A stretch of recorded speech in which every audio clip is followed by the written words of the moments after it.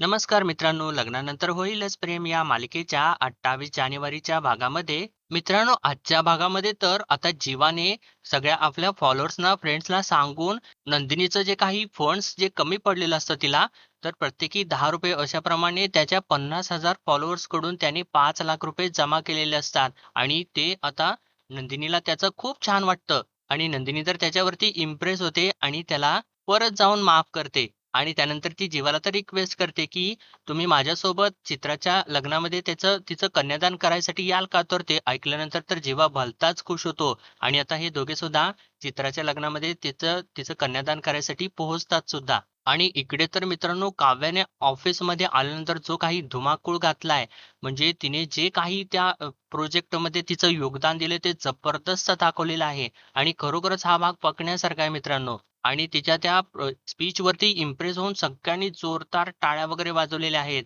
आणि त्याच्यामध्ये तिने तिचं स्वतःचं ॲड ऑन देऊन त्या प्रोजेक्टचं नाव इंद्रधनुष्य असं ठेवलेलं आहे आणि ते सगळ्यांना आवडलेलं असतं. आणि त्यानंतर आता जीवा थोडंसं आपल्या घरी येतो आणि घरी येऊन तो मानिनीला वगैरे भेटतो आणि जे काही घडलेलं असतं ते सगळं काही तिला सांगू लागतो. आणि त्यानंतर मित्रांनो, जेव्हा काव्या घरी येते, तर तेव्हा ती पार्थला विचारते, की "बाबा, माझं IASचं सेंटर जे आहे ते डिक्लेअर झालेले आहेत आणि प्लीज तुम्ही मला सोडायला याल का? म्हणजे त्या प्रवासाच्या निमित्ताने मला तुम्हाला सगळं काही सांगायचं आहे." तर तेव्हा आता पार्थ सुद्धा तिला हो असं म्हणतो आणि मित्रांनो, या प्रवासाच्या दरम्यान त्यांच्यामधला जो काही दुरावा असेल, तो सगळा काही मिटून जाणार आहे. तर चला आजच्या भागाला आपण सुरुवातीपासून बघूया.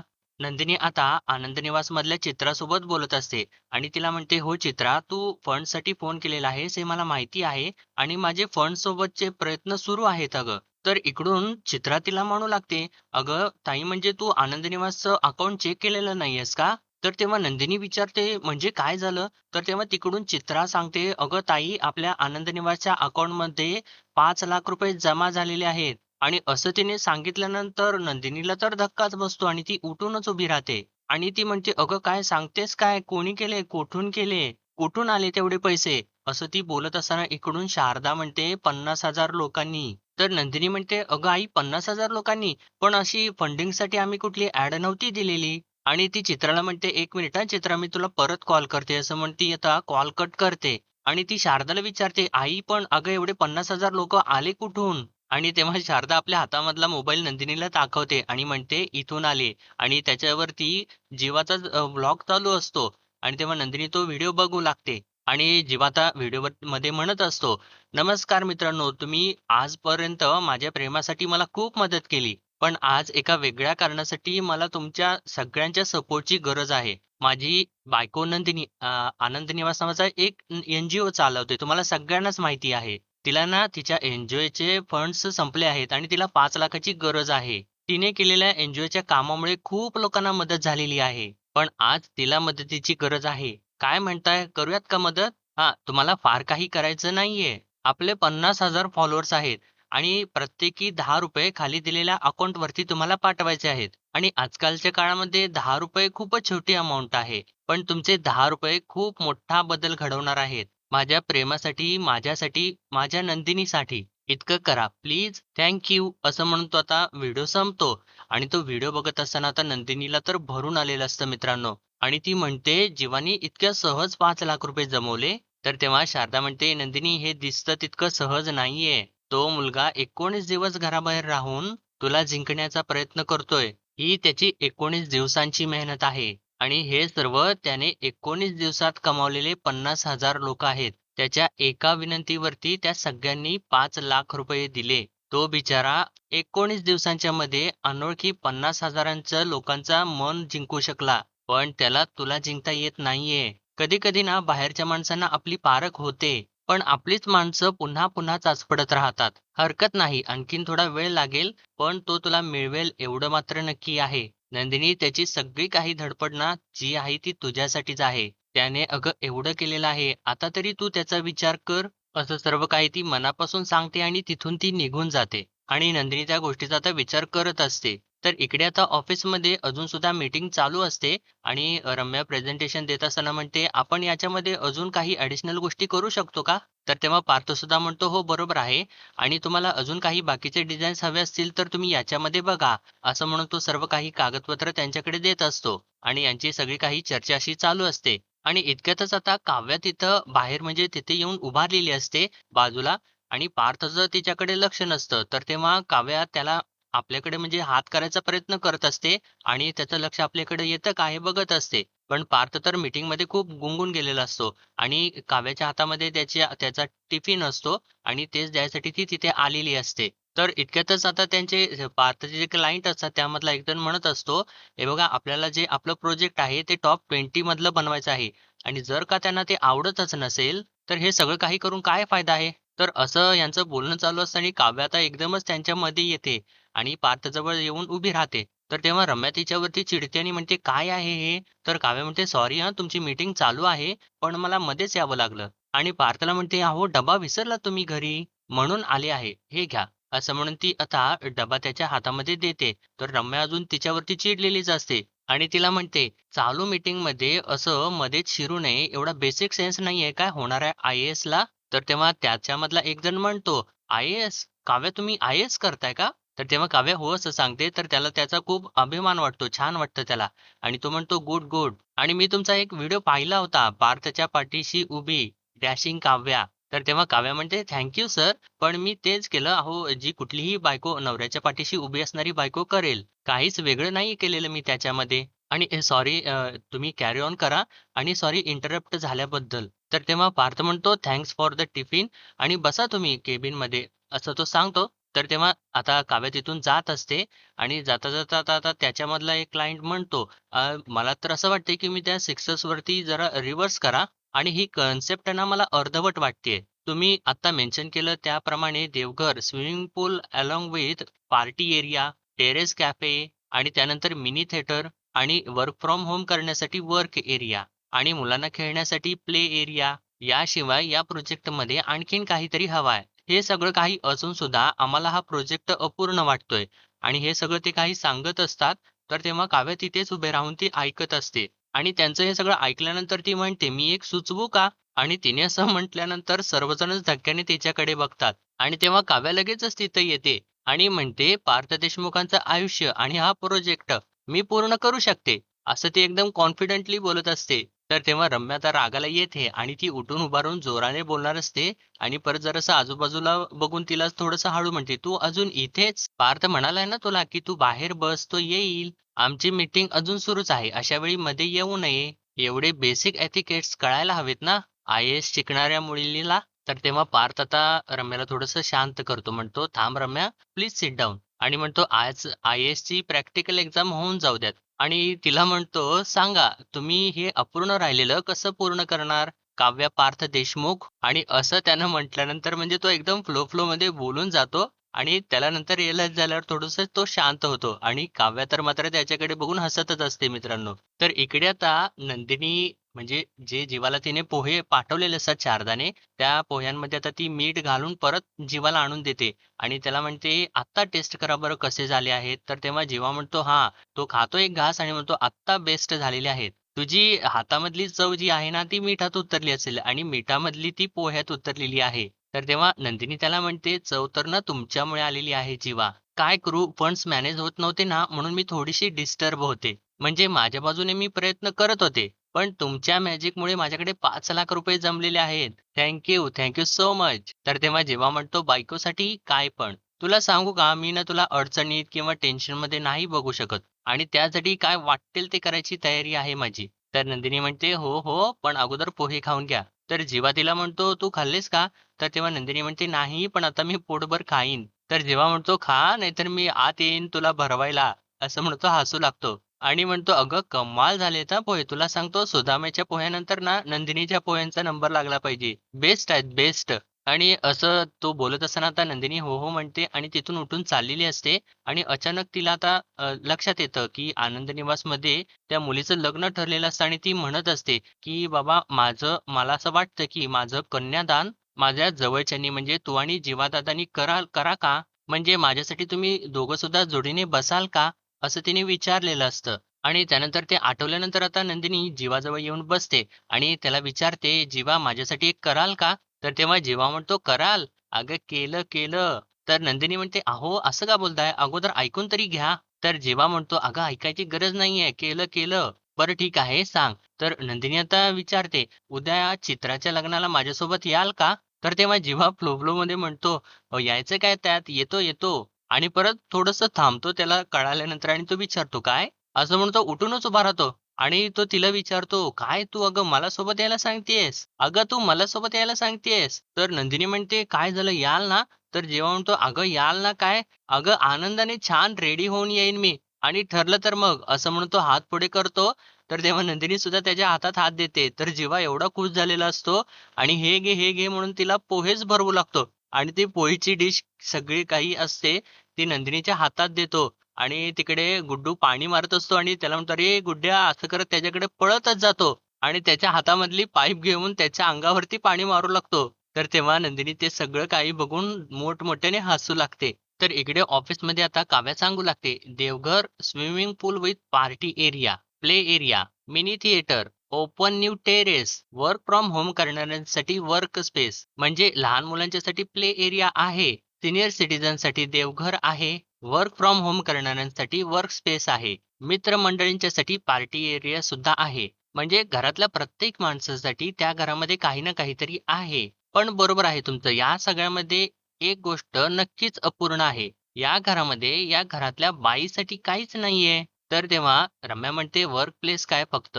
पुरुषांची मक्तेदारी नाहीये. नाही म्हणजे तिथे घरातली स्त्री जाऊन काम करू शकते नाही का? शिवाय देवघरामध्ये सुद्धा ती असते. पार्टी एरियामध्ये सुद्धा ती तिच्या मित्रांच्या बरोबर पार्टी एन्जॉय करू शकते.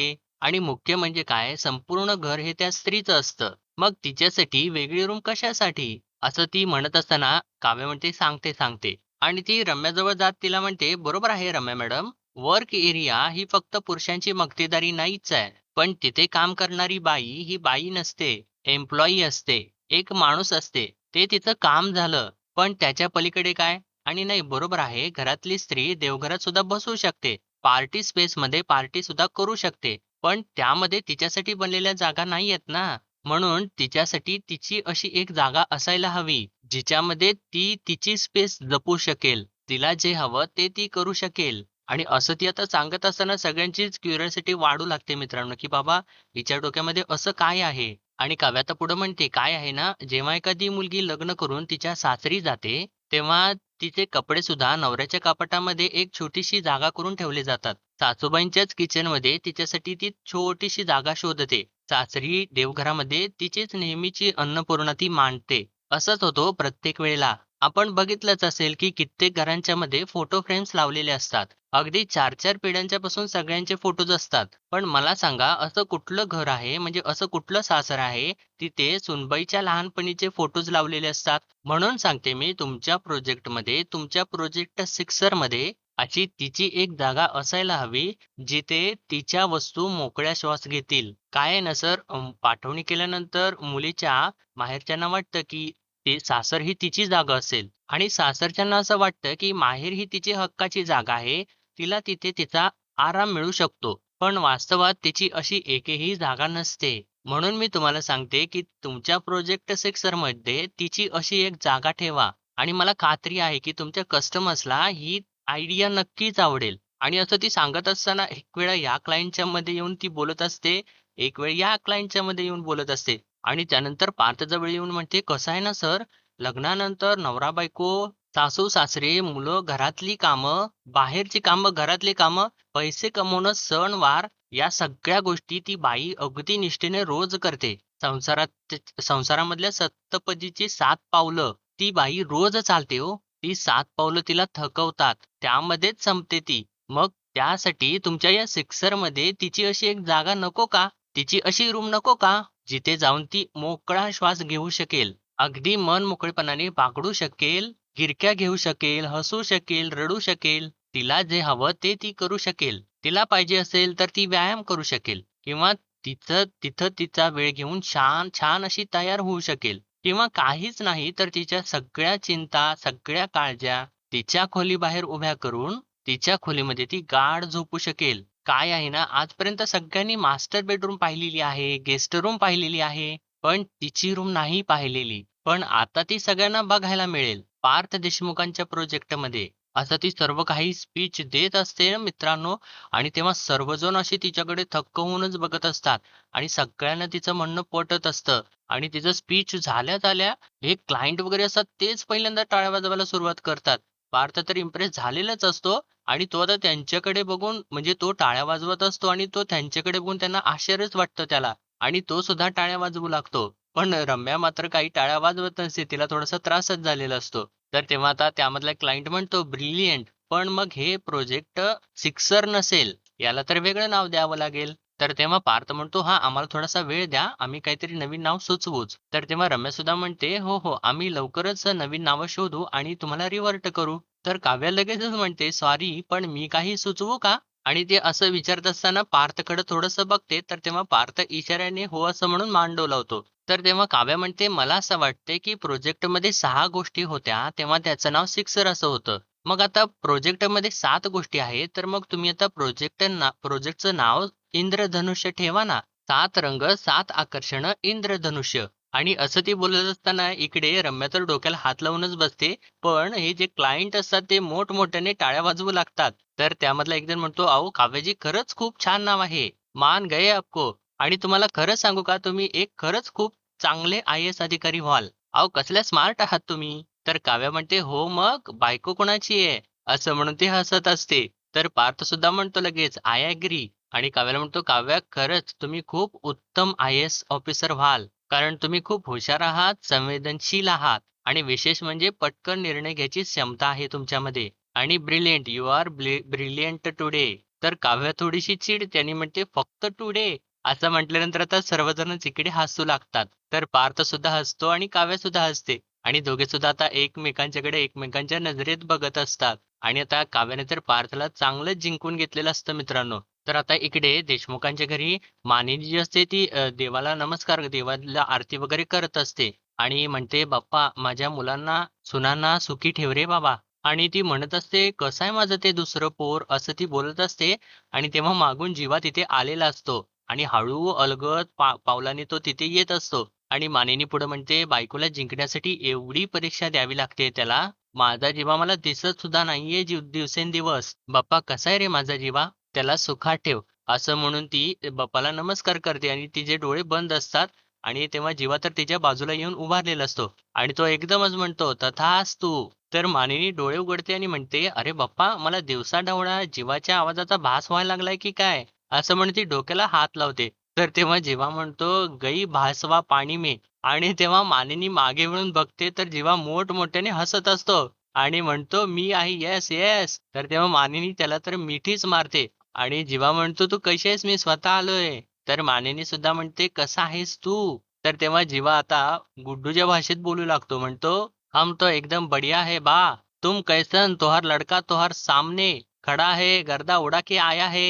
असं म्हणून तिला उचलतो आणि गोल, गोल, गोल फिरवू लागतो आणि तिला सोफ्यावरतीच नेऊन बसवतो आणि म्हणतो, "शांतपणाने बस." आणि म्हणतो, "आता मला तुझ्या मांडीवरती डोकं ठेवून शांतपणाने झोपू दे." आणि तेव्हा मानिनी आता त्याला विचारते, "कसा आहेस रे बाळा जीवा?" तर जीवा म्हणतो, "अरे हम तो एकदम बढ़िया हूँ." तर तेव्हा मानिनी त्याला एक फटका मारते आणि म्हणते, "हे काय रे तुझं नवीन कुठल्या वेगळ्याच लहजात बोलतोयस तू?" तर तेव्हा जीवा म्हणतो, "अच्छा, हां, बरोबर, बरोबर. तुला माहिती नाहीये ना? काय आहे ना, तय्यब अलीने मला अडवण्यासाठी तिथे एक गुड्डू नावाचा वॉचमन ठेवलेला आहे." तर मानिनी म्हणते, "अरे 1 मिनिट, 1 मिनिट. तय्यब अली कोण? गुड्डू कोण?" तर तेव्हा जीवा म्हणतो, "अगं असं काय करतेस? तय्यब अली म्हणजे नंदिनीचा बाप." असं त्यानं म्हटल्यानंतर मानिनी त्याच्यावरती ओरडतेच, "अरे!" तर जीवा म्हणतो, "सॉरी, सॉरी. नंदिनीचे वडील. सो त्यांनी ना मला अडवण्यासाठी गुड्डू नावाचा एक वॉचमन ठेवलेला आहे आणि त्याची ही भाषा आहे. पण मी काय केलं, मी हुशार आहे ना. मी त्याच्याशीच गट्टी केली आणि तो काय करतो माहिती आहे काय, माझ्या हातचा मस्त तांबडा पांढरा रस्सा ओढतो आणि मी त्याच्या हातचा लिट्टी चोखा ओढतो.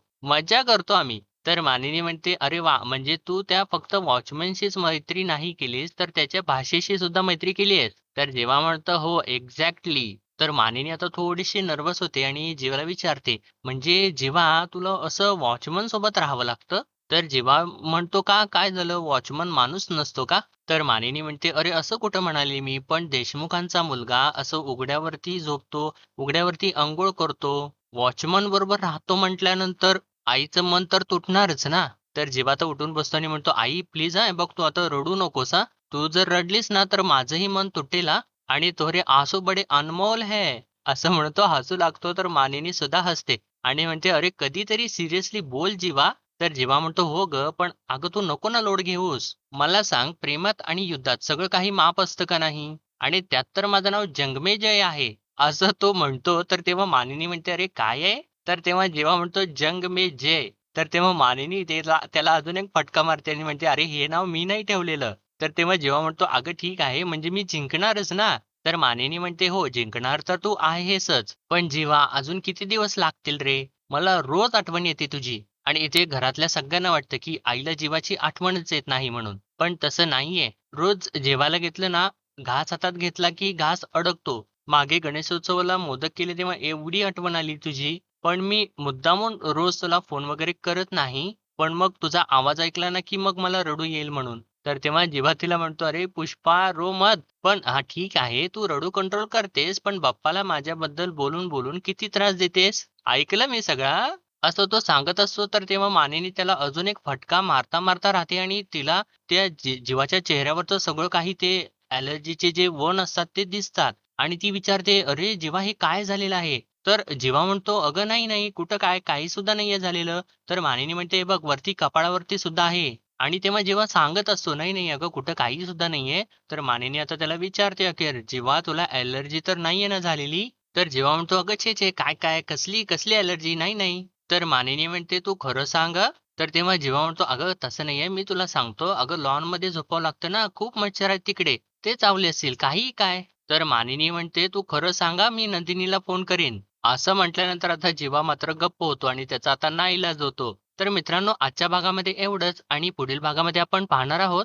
तर काव्या आता इकडे पार्थला सांगत असते, की आय-ए-एसचे ना सेंटर डिक्लेअर झाले. तुम्ही याल का मला सोडायला? आणि म्हणते, "तुम्हाला सगळं काही सांगायचं आहे पार्थ आणि त्यानिमित्ताने ना हा प्रवास आहे ना त्यासाठी एक चांगलं निमित्त ठरेल पार्थ." असं ती एकदम कळवळीने सांगत असते आणि परत विचारते, "याल ना पार्थ मला सोडायला?" तर तेव्हा पार्थ अजून तर काही तिच्याशी बोललेला नसतो आणि इकडे चित्राचं आता लग्न चालू असतं आणि तेव्हा नंदिनी आणि जीवा तिचं कन्यादान करत असतात आणि चित्रा म्हणते, "आता जीवनदिनीसारखं आमचंही नातं छान डेव्हलप होईल." तर तेव्हा जीवा म्हणतो, "तुला सांगतो नवरा-बायकोच्या आयुष्यामध्ये अजून 2 जोडीदार असतात. एक प्रेम आणि दुसरा गैरसमज." आणि असं त्यानं म्हटल्यानंतर आता नंदिनीला थोडासा धक्का बसतो आणि नंदिनी तर त्याच्याकडेच बघत असते. तर मित्रांनो आजच्यापुरतं एवढंच आणि भेटूया परत उद्याच्या भागामध्ये. तोपर्यंत आपल्या व्हिडिओला लाईक, शेअर आणि सबस्क्राईब नक्कीच करा.